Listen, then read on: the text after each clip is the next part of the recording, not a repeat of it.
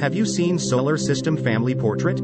Yes, but have you ever seen all of the planets at once? A rare roll call of planets has been occurring in the morning sky for much of June. The featured fisheye all-sky image, taken a few mornings ago near the town of San Pedro de Atacama in Chile, caught not only the entire planet parade, but the moon between Mars and Venus. In order, left to right along the ecliptic plane, members of this solar system family portrait are Earth, Saturn, Neptune, Jupiter, Mars, Uranus, Venus, Mercury, and Earth. To emphasize their locations, Neptune and Uranus have been artificially enhanced. The volcano just below Mercury is La Concagua. In July, Mercury will move into the Sun's glare but reappear a few days later on the evening side.